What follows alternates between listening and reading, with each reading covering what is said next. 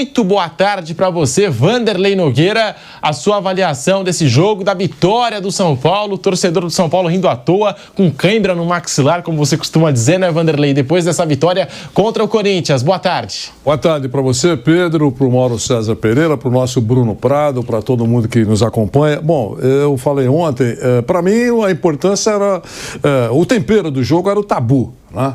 O Mauro até falou que estava em disputa um troféu invisível, o troféu tabu. Troféu tabu. Troféu tabu. Mas, para mim, era o tempero do jogo, né? Esse era o tempero. O Corinthians numa situação muito difícil, né, nesse início de temporada. O São Paulo com técnico novo, tentando se acertar. Nas próximas horas tem uma decisão da Supercopa contra o Palmeiras, do professor Abel Ferreira. Então, era o tempero do jogo.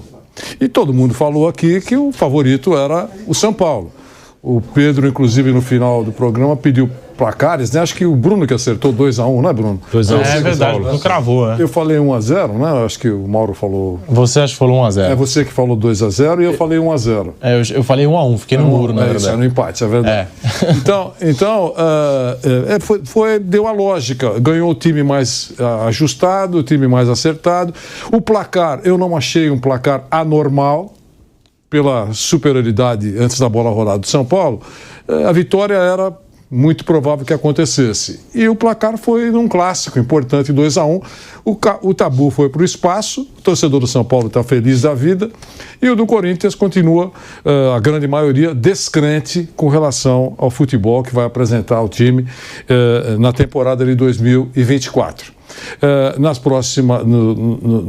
últimas horas, as críticas foram muito intensas, eu achei, né? Para cima dos jogadores do Corinthians, muitas críticas pelo bloco que foi dispensado pelo presidente Augusto Melo, por vários motivos, encerramento de contrato, alguns não estavam apresentando um bom futebol, enfim, são 14. Ele tem sido muito criticado porque não substituiu 14 jogadores, até agora só 3 foram confirmados, os outros estão enroladas as negociações, e tem tomado pancadas aí. Ele precisa tomar pancadas? Para mim, merece críticas. Agora, eu acho que o bom senso determina que você dose as críticas. Você não pode tirar do contexto a herança recebida. É isso, né? Eu acho que essa diretoria nova tem recebido muito aquela frase, o Pedro me falou que lá em Santos tinha um mercadinho que tinha uma plaquinha lá, fiado só para quem paga adiantado. Então, esse é um drama que o Corinthians enfrenta. Quer dizer, todas essas negociações aí que foram, algumas monitoradas, né? Uma frase do Mauro, monitoradas, observadas, esses negócios todos, só não prosperaram porque não tem grana. É só isso. E a reputação do Corinthians como bom pagador não é boa. É só isso. Essa reputação, essa fraca, má reputação, credibilidade, foi construída ao longo do tempo. Aí o cara chega para comprar, tem um que oferece um valor, você oferece o mesmo valor, só que aquele que ofereceu tem a reputação de que paga mais em dia. Se não tiver grana, vai pagar à vista. O cara não vai vender para você. É isso, fundamentalmente é isso que o Corinthians está enfrentando. O grande erro desses primeiros 30 dias, hoje completa 30 dias. Dos primeiros 30 dias é a comunicação. O Bruno Prado usou aqui no programa a palavra entusiasmado por parte do presidente Augusto Melo. É isso, ele se entusiasmou e aí criou expectativas fantásticas que em 15 dias aquele cenário caótico seria resolvido. E aí caiu na real. E quem ouviu e acreditou é aquele cara que ouve promessa de político que vai fazer uma ponte da cidade dele à Lua. O cara acredita. E depois ele não percebe que ele acreditou num absurdo. Né? Mas aí é tarde demais, porque vai morrer abraçado esperando que ele contratasse o Messi de Miami para cá. Então, eu estou levando em conta, sinceramente, 30 dias. Daqui a pouco, a crítica pode aumentar sensivelmente. Mas eu tenho que levar em conta, poxa vida, vimos o ambiente trágico que foi entregue para uma nova administração. Eu tenho que levar em conta isso, mesmo pesando que ele tem feito muita bobagem e tem comunicado na hora errada coisas que não tem condições de cumprir. Horas depois, ele disse para o Duílio que estava recebendo um clube melhor do que ele esperava. Sem abrir a gaveta, ele falou isso. É isso. Nós temos uma enquete para você participar aqui no chat do canal do YouTube Jovem Pan Esportes de quem é a maior culpa pela crise no Corinthians. Você tem 4 opções: jogadores, Mano Menezes, diretoria antiga, diretoria atual. Mais de 2.000 votos, a gente acabou de abrir a enquete e nós queremos saber a sua opinião. Você que nos acompanha em todo o Brasil, pelo canal do YouTube Jovem Pan Esportes, pelo mundo afora, a Jovem Pan dando de goleada aqui na cobertura esportiva. Mas, Bruno Prado, a sua opinião, acabou o tabu na Neoquímica Arena e o Corinthians não jogou bem, de novo, 3ª derrota seguida do Corinthians. E detalhe para os 2 gols, foi um belo cruzamento do Rato, belíssimo cruzamento do Wellington Rato, mas nas costas do Fagner. De novo, saindo um gol nas costas do Fagner. Contra o São Bernardo também, o gol do Silvinho nasce nas costas do Fagner. E o segundo gol do São Paulo, na bola parada, você pode reparar, ninguém subiu com o Luiz Gustavo. Luiz Gustavo subiu sozinho. Mais uma derrota do Corinthians. Bruno Prado, boa tarde, bem-vindo ao Bate Pronto. Boa tarde, Pedro, Vanderlei, Mauro, boa tarde a todos. Mais uma derrota e era até esperada. O São Paulo era o favorito para o jogo. O São Paulo chegava mais tranquilo para o jogo, com um time mais bem estruturado. O título da Copa do Brasil, nessa parte de pressão, essa parte emocional, ajudou muito o São Paulo. São Paulo joga mais leve em 2024. Claro que se perder grandes competições ali, em grandes derrotas, pode voltar uma pressão maior, só que o São Paulo vinha numa pressão absurda nos últimos anos pela falta de grandes conquistas, né? Então esse título da Copa do Brasil melhora o ambiente, deixa mais tranquilo. Hoje é mais tranquilo jogar no São Paulo do que era há alguns anos, né? Porque conquistou finalmente um título de mais relevância. E do outro lado é o Corinthians, que tem uma pressão muito grande que também vem acumulada, né? Não é uma pressão pelas 3 derrotas apenas deste Campeonato Paulista. É um time que brigou para não cair no ano passado, é um time que vive uma crise financeira muito grande, é um time que teve uma eleição e uma troca de poder de um grupo que estava há mais de 10 anos no poder e saiu, e se saiu é porque é um grupo que tinha muita força política ali, se foi derrotado é porque a coisa realmente estava muito feia, era difícil derrotar o grupo que ficou tanto tempo no poder e que teve bons momentos, mas os últimos anos foram terríveis e chega uma nova gestão. O Corinthians, ele mudou algumas peças do elenco, o time titular, ele não muda, assim, muda um pouco, assim, o que eu quero dizer é que dos 11 titulares de ontem, por exemplo, só 3 não estavam no elenco no ano passado, né? O Félix Torres, o Hugo e o Ranielli. Os outros 8 já estavam no elenco e o treinador também foi o que terminou o ano passado, né? Mas tem menos opções. O banco de reservas era praticamente formado pelo time que ganhou a Copa São Paulo na semana passada. Tanto que as alterações entraram os meninos da Copa São Paulo. Praticamente entrou o Kaique, entrou o Arthur, que até fez o gol, entrou o Rian, meninos que semana passada estavam jogando a Copa São Paulo de juniores. Então é um elenco que ficou reduzido, perdeu os jogadores, contratou menos do que perdeu e alguns contratados ainda não puderam estrear, o Garro e o Gustavo Henrique, e o Palácios estreou no fim de semana e se machucou, então ele tem basicamente 3 reforços por enquanto que ele pode contar, o Mano Menezes, e perdeu alguns atletas. As saídas, eu acho que dá para entender, eram salários altos de um time que não rendeu no ano passado, né? O time já foi muito mal no ano passado e uma situação financeira terrível, então era natural que um cara que ganha 1 milhão e tem o contrato terminando e o time não está bem, era natural que pelo menos houvesse uma redução, uma discussão, olha, a gente pode até renovar, mas em outra condição, não sei se isso chegou a acontecer, uma proposta dessa maneira para alguns jogadores. Mas o fato é que perdeu atletas, não conseguiu repor, como o Vanderlei falou, não tem dinheiro e já pegou uma situação muito difícil. O problema realmente é o discurso, a expectativa criada, né? E era um discurso mais até fácil para essa diretoria. Olha, vamos com calma, a situação é difícil, nós pegamos o clube endividado, o clube muito numa situação que realmente não vai ser fácil a gente reverter, vai levar tempo, mas eles partiram para outro discurso e isso acho que ajuda a tumultuar esse início de temporada. Mas no campo, o elenco atual do Corinthians, o que tem hoje, não é time para melhorar muito. Esse é o grande problema. Não é questão de início de temporada, mas você olha no papel, eu não consigo ver muita perspectiva, né? Esse time pode crescer muito.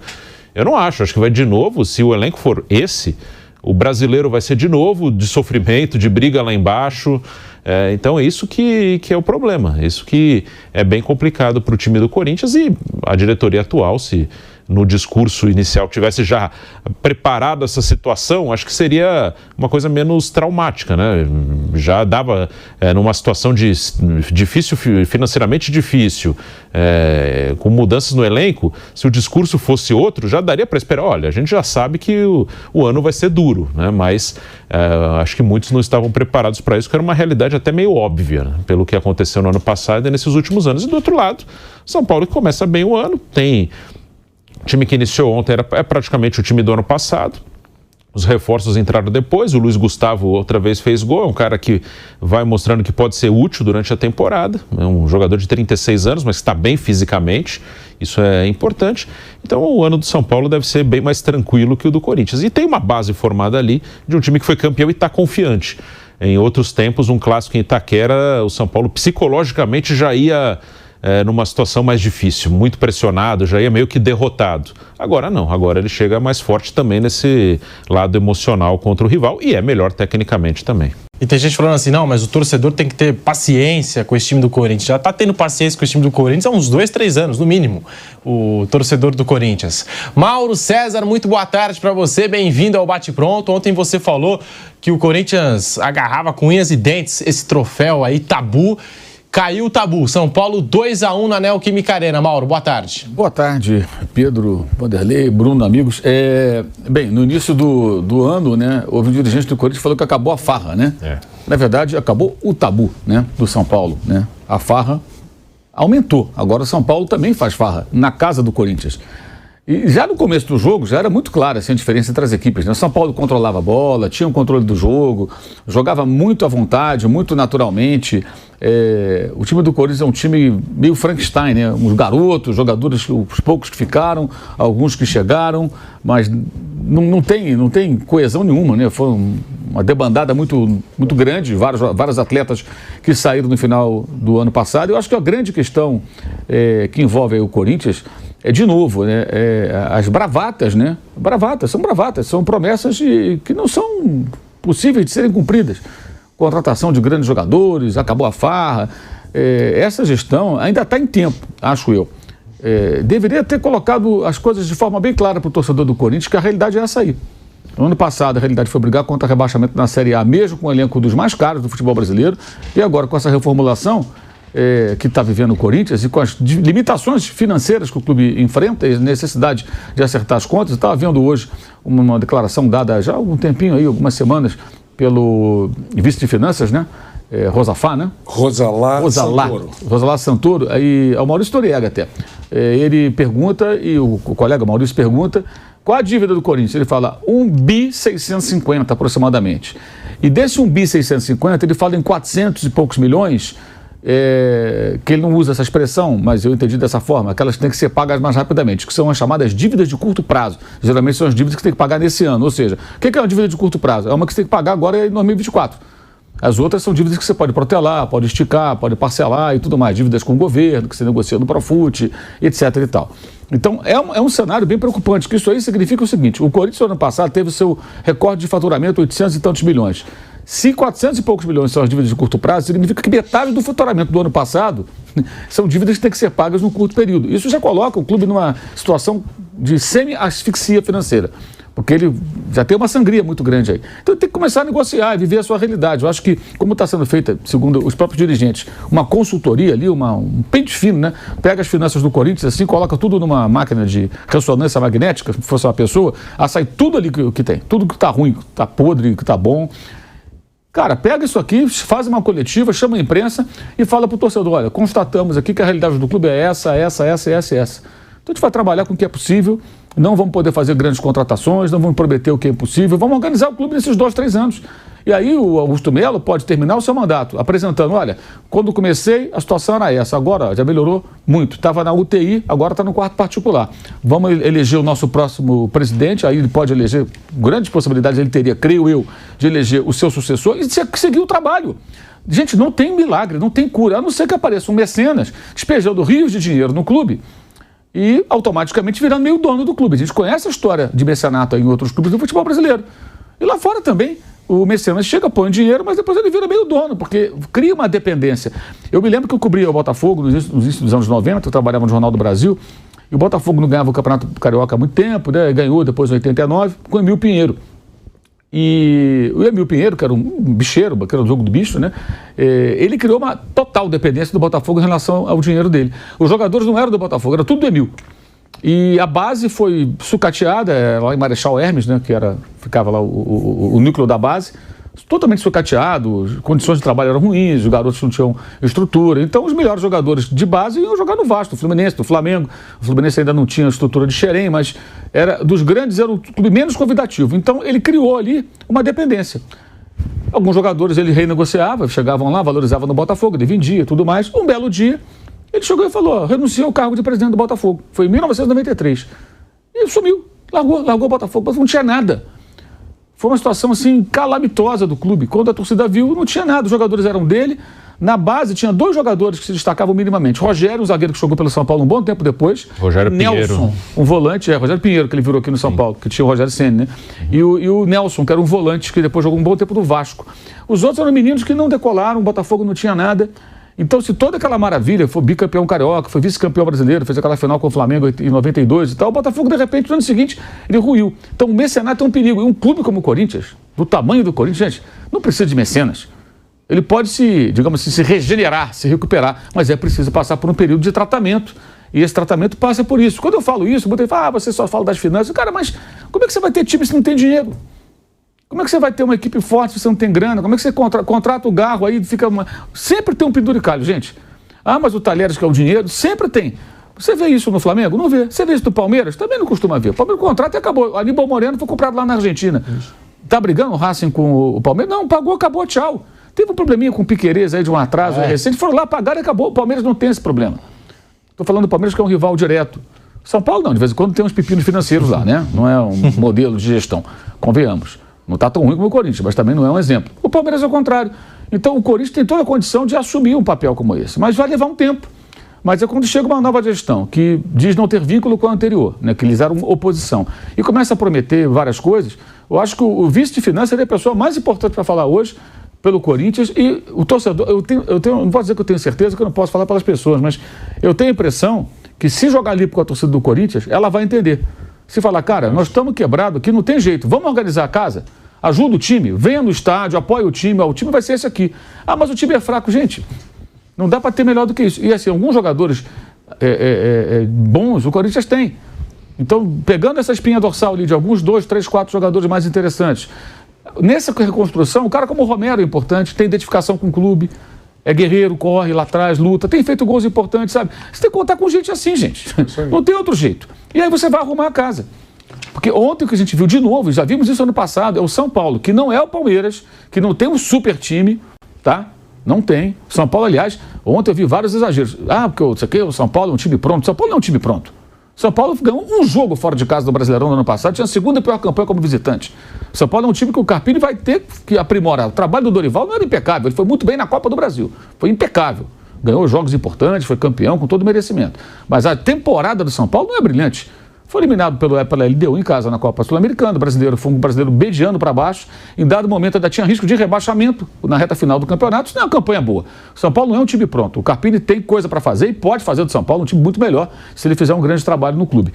Mas a realidade é que sim, o São Paulo, mesmo sem ser brilhante, dominava o jogo totalmente. E ano passado a gente viu jogos assim. O famoso jogo que o Luxemburgo comemorou, entre aspas, a sobrevivência do Tabu, que foi um gol de pênalti mal marcado a favor do Corinthians, que igualou o placar. O São Paulo também era superior e ontem de novo.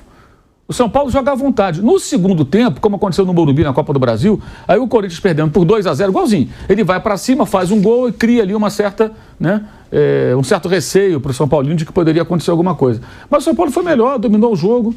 E o São Paulo, vejam bem, jogou ontem pensando no domingo, na Supercopa contra o Palmeiras. O São Paulo não tem uma semana dedicada só ao Corinthians. O Corinthians só tinha uma preocupação. Eu não posso perder para o São Paulo. E perdeu. Carpini trocou 3 no intervalo. Pois é, porque ele está mirando lá no final de semana. E mesmo assim o São Paulo foi bem superior, exceto esse momento do jogo, que é aquela coisa, um desespero, o adversário, o time está perdendo, se lança ao ataque, Então o Corinthians precisa ter um choque de realidade. Eu acho que ainda está em tempo. A partir da conclusão desse estudo, dessa auditoria, eu acho que é possível. Porque essa auditoria certamente não vai mostrar coisa boa. Não tem como. Uma dívida de 1,65 bilhão, a dívida é mais ou menos o quê? O dobro daquilo que faturou ano passado. É uma dívida muito grande, mesmo para o clube da magnitude do Corinthians. Então, é a chance de chegar e falar, gente, a gente prometeu o Gabigol, mas não vai ter Gabigol. A gente não vai conseguir trazer um cara como ele, a gente não vai conseguir trazer grande jogador. Mas trouxemos o Garro, que é um jovem, um cara promissor. Trouxemos aqui o fulaninho, o Beltrano e tal, tá tentando ir do Mateuzinho, né? E vamos aqui organizar o time, vamos com essa rapaziada que a torcida vai ter que ajudar. E aí o Mano Menezes, seja lá quem for o técnico, se amanhã trocar, não sei se vai ficar o Mano, né? Como é que vai ser? A priori ele deve ficar, imagino eu. Vai ter que trabalhar com essa expectativa. Você vai numa Copa do Brasil tentar avançar ao máximo, você vai no Campeonato Brasileiro fazer uma campanha, pelo menos para não correr risco de rebaixamento, e a cada 2, 3 meses, publica lá um balancete, a cada 3 meses, e fala, a dívida caiu, acertamos essas contas aqui, estamos pagando o estádio. Sim. E aí o torcedor vai percebendo que, olha, é como se fosse, para usar de novo a metáfora do corpo humano... que nunca houve. Que nunca houve. Vanderlei, para usar a metáfora da ressonância, faz uma ressonância a cada 3 meses e mostra, aqui estava tudo ruim, já melhorou, né? O fígado estava ruim, o fígado já está reagindo. O coração está meio bombado, o coração já está batendo mais forte. Olha o pulmão, estava baleado, o cara parou de fumar, o pulmão já está reagindo. O corpo do Corinthians precisa reagir. Mas não vai conseguir dessa maneira, gente. E essas derrotas começam a virar... Você repare que perdeu para o São Paulo, já perdeu... Quantas vezes perdeu para o Palmeiras em casa? Tomou goleada já do Flamengo, tomou goleada de 5 do Bahia. O Corinthians tem tomado surras dentro de... Não foi surra, foi derrota, fim de tabu. Mas já tomou surras dentro de casa. Mesmo Itaquera não é um time de imposição, como foi ontem. Por quê? Porque o time é fraco. E não tem estrutura financeira para manter um time forte. E como é um clube muito grande, uma torcida enorme, sinceramente, eu acho que só não procura a cura se não quiser. Ainda está em tempo do Augusto Melo, com seus pares, tentarem fazer uma reflexão e colocar o Corinthians nos eixos, ou começar a colocar nos eixos desses próximos 3 anos para evitar noites como a de ontem, que, mais uma vez, decepcionante para a sua torcida.